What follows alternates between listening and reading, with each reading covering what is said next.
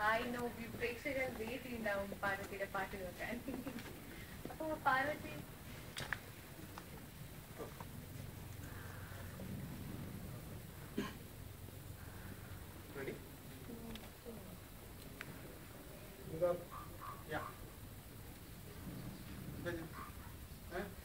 വൈകാണ് sir close എടുക്കണം close ഇപ്പോൾ അപ്പോൾ കേൾക്കുന്നുണ്ടോ അവിടെ പോകും പാർവതിയുടെ പാട്ട് കേൾക്കാനായിട്ട് പാട്ട് ഇപ്പോഴില്ല.